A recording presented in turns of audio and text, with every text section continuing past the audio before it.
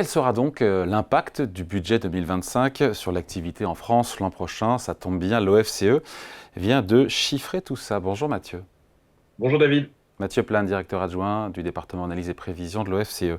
C'est vrai que le HCFP, le Haut Conseil aux finances publiques, était assez sceptique, dubitatif sur ce scénario du gouvernement pour 2025 en matière à la fois de croissance et de déficit.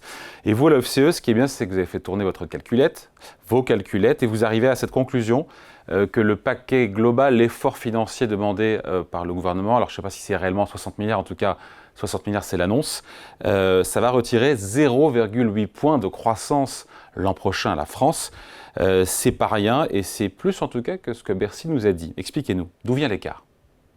Oui, alors on a effectivement fait cet exercice en essayant de bien intégrer l'ensemble des éléments et on voit que le tournant de 2025, c'est clairement l'élément budgétaire. Donc on a fait tourner, comme vous dites, nos calculettes, nos grosses calculettes même, là-dessus. Et clairement, il a fallu d'abord identifier le choc budgétaire, ce qui n'a pas été une mince affaire, parce que effectivement, le gouvernement a communiqué sur 60 milliards d'ajustements budgétaires. Nous, en réalité, quand on regarde plus précisément les choses, et comme le regarde aussi la Commission européenne ou le Haut Conseil aux finances publiques, ce qu'on appelle plutôt l'effort structurel, donc ce qui va vraiment redresser les comptes publics d'un point de vue plus structurel, on arrive plutôt à 44 milliards. Donc, c'est un peu moins que ce qu'annonce le gouvernement. Ça fait 1,5 point de PIB, ce qui est quand même conséquent, mais c'est un peu moins que l'enveloppe affichée par le gouvernement. Ça, déjà, c'est un premier point. Et après, il faut être capable de répartir ce qui est du côté fiscal de ce qui est du côté des économies structurelles dans la dépense.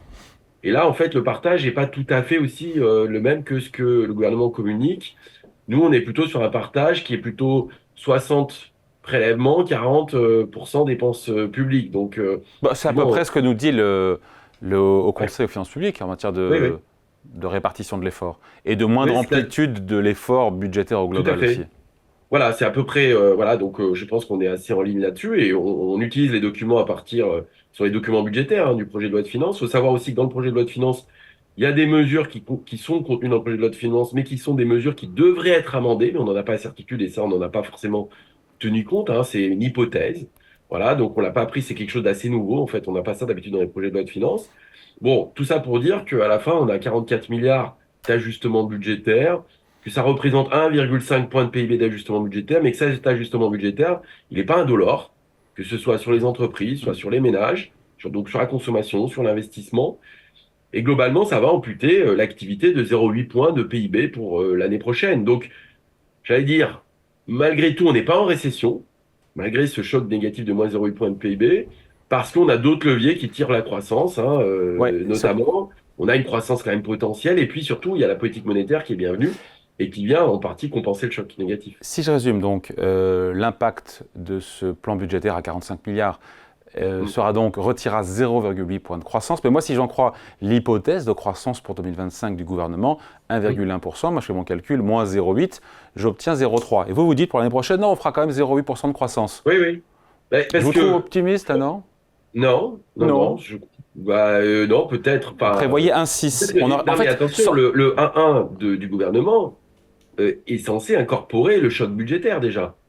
C'est là où il faut pas retirer les 0,8, c'est dire combien, ah, pour eux, est-ce que, par exemple, si nous, on avait eu un effet budgétaire d'un demi-point de PIB, et pas 0,8, on serait proche du gouvernement. Peut-être qu'ils considèrent que leur choc budgétaire a des effets moins récessifs que nous, ce qu'on a dans notre modèle. Peut-être qu'ils ont des éléments sur la politique monétaire qui sont un peu plus positifs. Nous, voilà, on décline en fait attends, les juste Mathieu, sans effort budgétaire, selon vous, on aurait fait 1,6% de croissance en France l'an prochain, en 2025, sans voilà. aucun effort, sans ajustement sur les comptes, ce qui pour le coup est beaucoup mieux.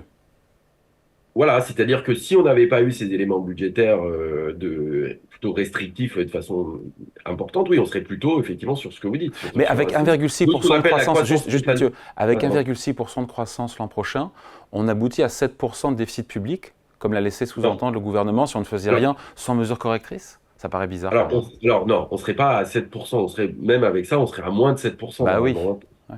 Parce que, attention, enfin, c'est vraiment quelque chose de très technique dans ce calcul-là, mais les 60 milliards sont quand même très particuliers. C'est considérer qu'il y a une dérive des finances publiques qui est très forte. Bah, c'est un peu le Je sais cas. pas, lié aux Pardon, c'est un collectivités peu le locales. cas. On a dérivé de Oui, 1,4 sur attention, d'un point 2024 de quand même, sur les comptes. oui, alors c'est lié en effet des recettes fiscales, les assiettes fiscales. Là, ça serait lié à la dépense publique spontanément. Ce serait beaucoup plus forte. Alors ça veut dire qu'est-ce que met le gouvernement dans le spontané, par exemple, sur les collectivités locales pour 2025. On sait à peu près sur la santé, sur un certain nombre de choses.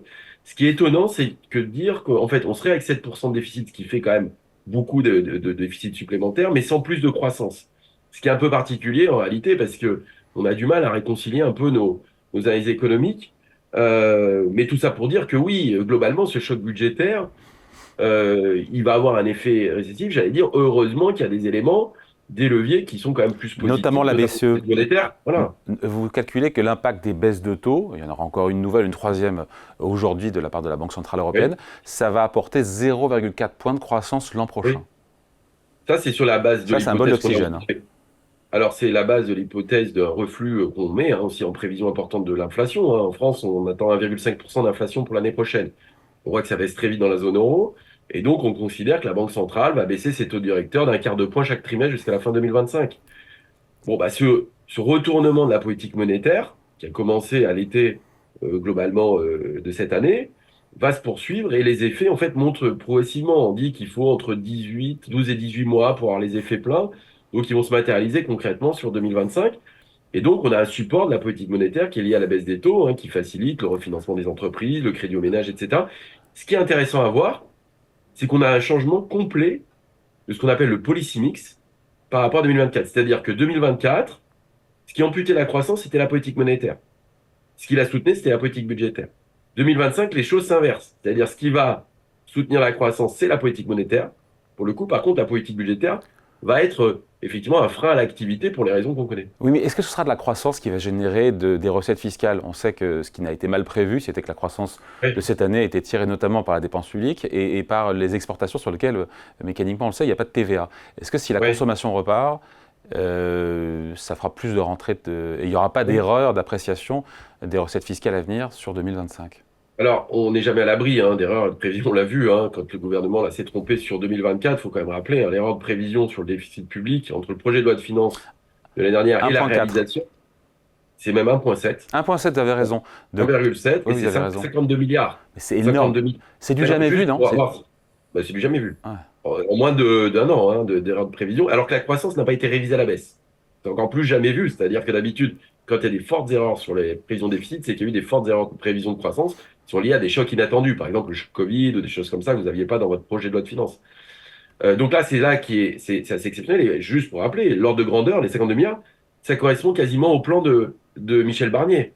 C'est-à-dire le redressement des comptes publics pour l'année à venir correspond quasiment au dérapage budgétaire qu'on a observé. Donc En ça, c'est un vrai 24. problème.